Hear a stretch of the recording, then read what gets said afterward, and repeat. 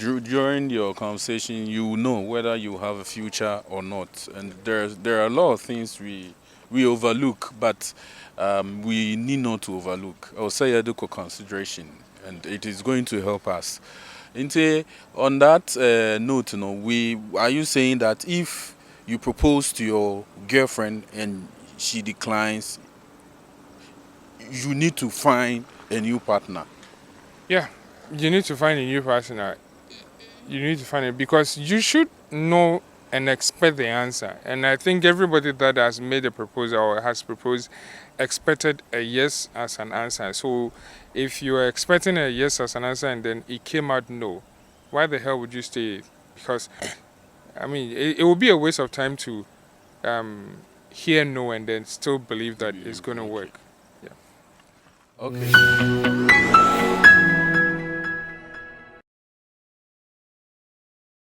We are still on the topic of when you propose to your girlfriend and she says no, does the relationship continues? And I would like to know that I've experienced or I've spoken to girls that have or I've had the experience with girls that have rejected marriage proposal from their boyfriend, and with their reason being that when they look at the guy is not ready for marriage financially. I think finance is it is the pivotal point for women when it comes to marriage. So the guy thinks, okay, I can marry, I can take care of my girlfriend, but the girlfriend thinks, the money you are making is not enough for me to marry, and so if you propose to me, um, I'm going to say no, even though I love you, but I don't think you are prepared financially to enter marriage. So um, she said no. She said no because to her the guy is not ready for marriage. What is your take on that too as well? Um, it's it's a sad issue and it's quite unfortunate. This is really happening a lot in communities. You really have to. I think we've talked about this issue where I said that I can't recall very well, but I was asking people to run if you propose or you talk about marriage and then your lady isn't giving you a listening ear. That alone should be that's the actual big red flag that you need to take seriously and then run for your life, because a lot of women these days are looking at they only have the eyesight for things they are looking for. They don't have the mindset for the people they are dating. So they come into relationship and then they are looking at your earnings at the end of the month. They are looking at your dressing, the perfume you wear. They are looking at some petty things that can fade away easily, or petty things that can be had in the future. Here is my take and my advice to young guys out there and young ladies as well. If you are dating somebody, you need to look at your relationship with a mind sight, not your eyesight. You see, based on the story you just narrated here, the lady was looking at what the guy is, the situation he is in at the moment, not thinking ahead of time that the guy could make it or things might change. And definitely, things will change if you being created, a woman being created as a helper for a man, decide to sit down with this guy and think about the future, plan with the guy about the future, and be the helper that you are. Things will change. So it's quite unfortunate that a lot of ladies are living beautiful relationships for this same reason, and they are rejecting proposals for these same reasons or similar reasons. If you're a guy, I want to encourage you that if your lady says no to your proposal, do not give up.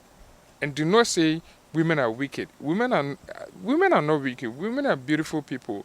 If your lady rejects your proposal, that doesn't. It is not the end of the road. Go to the next lady. Try your shot. Shoot your shot elsewhere. there could be two meanings out of this. It's either the lady isn't meant for you, she's not the one you're supposed to marry, so that rejection is saving you, or the lady is rejecting you, which should motivate you. Perhaps she's the person, but not everybody sees the blessing that is coming their way and then appreciates it. So if she rejects your proposal, let it be a motivation. Ask yourself, what is the reason why this lady has rejected my proposal? And let it ginger you, let it power you up to strive and thrive and do more for yourself, so that the next lady you meet and when you are ready to propose to that lady, she will accept it gladly. That's my take on this issue. For sure. So yes, you heard it. You heard it there. If you take this advice, it will go a long way. And I would also like to ask this: don't you think for a guy to maybe, I don't know, maybe the guy thinks he's ready, but he might not be ready. Not maybe I can tell you that I'm ready for marriage, but as a guy you can see, oh, you are not ready. Is there something to prove that the person is ready for marriage, or is just, or you can just wake up and just walk into marriage, or there should be some things for a guy to possess, or for a lady to possess, before you can consider the marriage institution, or roll like that. We are just hanging out, so nothing better. I think you are cool, we click, we have good sex, so probably, baby, let's get married. Is there more to marriage that people need to know and understand, or is just the normal thing? There is more to marriage that people need to understand. Unfortunately, because sex has become easy for us, it is also easy to cloud our judgments. And I think in one of our interviews, one particular man was saying, I mean, he talked about it a lot, where he made a profound statement for me. He says that marriage these days has become I forgot how he put it, but he said it is two churches coming together. Instead of two families coming together, now it is two churches coming together. So when you talk about marriage itself, it's just a canopy. That's how the Hebrews put it. It's a canopy tent with four legs. Mother, father on one side from the woman's side, and then from the man's side, mother, father. And then the two of you are seated in the middle. And so these four people are looking at you, guiding you to a successful journey. These days, indeed, it is true. Marriage has become a function where two churches meet together. I remember when I was ready to marry my wife, and the church, her church, because as it is, that's how it's supposed to be, or we've made it out to be. So I ought to marry in my wife's church. And the church told me, you go for counseling 6 months, and then after 6 months, if the marriage committee thinks you are not ready yet, you don't fit, they would give you additional 3 months. I told them, oh, okay, so can we start now? Because this is the month that we want to marry in, so that at least we'll be able to meet. They got angry and told me I do not have the right to set a date. Even the wife's family, the wife's family doesn't have the right to set the date. It is only the church that is allowed to set the date. And I was so much angry. Here is the thing. Marriage is not what churches have preached about. Marriage is two imperfect people coming together to work out their imperfection to make it perfect. So when we are dating, if I want you to be my wife, there are certain characters that I will not show you. And so it is after we are married that I'll be able to show you. And when we are not married, and if we are not dating in this current setting where we are sleeping here and there, the lady is always in my room and so on and so forth, there are lots of me that you will not know. There are lots of you that I wouldn't know. It is when we come together that we'll be experiencing, oh, okay. So when you are going into marriage, here is what you need to do. You are going in to study.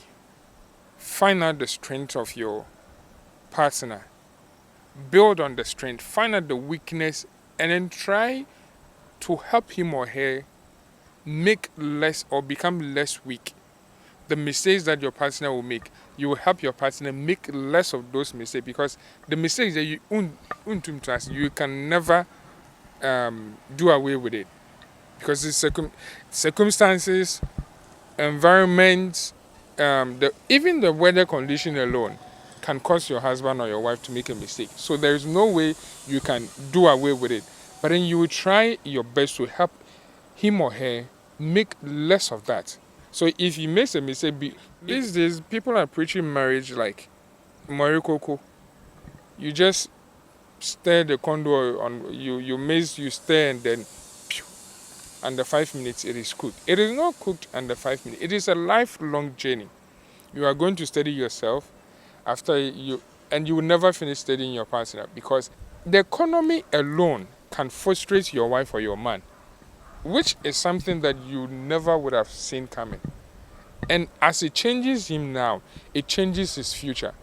Because if he was assuming that, or expecting money to flow, and then he was going to take you on a trip, take you to go on vacations and everything, and then he probably said all those things, and then you also saw that it's possible. You believed him, you expected it. Now that it is almost like impossible, you will ask him about the vacation, and he's likely going to blame it on the current government or the economy, and then there's going to be an argument, small argument. You see the thing. So marriage has unforeseen. It is an unforeseen road. Even if an expert or an experienced person sits you down and tells you this and this and this is what is on the marriage road, I can tell you for a fact it will not happen exactly as he or she has advised you.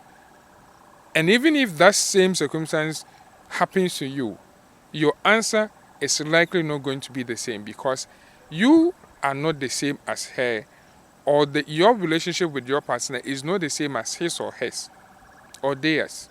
So I think that marriage as a subject has been watered down so much that we are losing the essence of it. And so before you sit down and then you tell yourself, I'm ready, I want to marry, you need to find out yourself, what is it, or what's your understanding about the marriage itself? And what is it that you are willing to compromise for the sake of love? What is it that you are willing to fight for in the name of love? And after love, what's next? It's not about marriage. It's not about, I'm sorry, it's not about money. After love, money doesn't come next. Because if you don't even have money, you will not be able, you will not say you are going to marry. But the future is what comes next.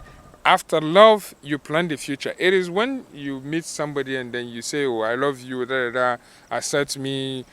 After you have accepted each other, you are now planning the future. If you want to marry, by then it is the future. It's something that will happen in the future. So after love, the future comes next. And that is what I think people should put on the table. The two of you should plan your future, talk about your future and plan your future. And during that conversation, if you realize that the future this person is going to build, it will not fit me, or I don't see myself being in this future, then you quit from the very stage, beginning stage, so that broken hearts, do so. During your conversation, you know whether you have a future or not, and there are a lot of things we overlook, but we need not to overlook. I'll say adequate consideration, and it is going to help us. Inte, on that note, are you saying that if you propose to your girlfriend and she declines, you need to find a new partner? Yeah, you need to find a new partner. You need to find it, because you should know and expect the answer. And I think everybody that has made a proposal or has proposed expected a yes as an answer. So if you are expecting a yes as an answer and then it came out no, why the hell would you stay? Because I mean, it would be a waste of time to hear no and then still believe that it's going to work. Okay, so you heard it. If it is no, it means there's nothing there again. I love you. I'm with you. I want us to get married. You say no. I don't know what I will do after that. Do I need to put in more effort, more money, more time. I don't know what I will have to do to convince you again. So if you say no, I'll probably find someone who is going to say yes, accept me for who I am. You understand? I mean, you should know the person, and yeah, you shouldn't judge from today's situation. Abrabani Ebua 70 years and over, a lot can happen. So, let us be mindful, If you know that a person is good, you know the person is good.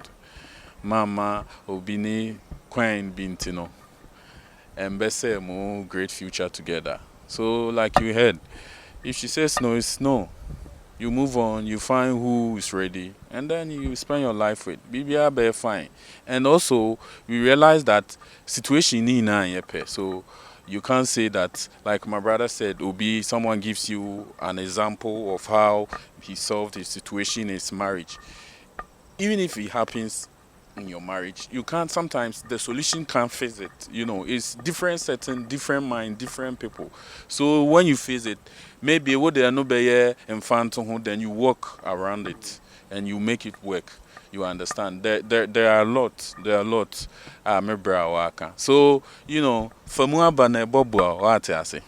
So on that note, if I propose to you, I've been with you, I love you, I'm doing what I'm supposed to do, and I propose, I think I'm ready, and I propose to you, and you say no, you can't marry me due to whatever flimsy excuses you are giving. Into me chain, bro, in Beroko, I'll have to find Obi Obetama Sinamen and Abo. Into Meo Honin. Amen.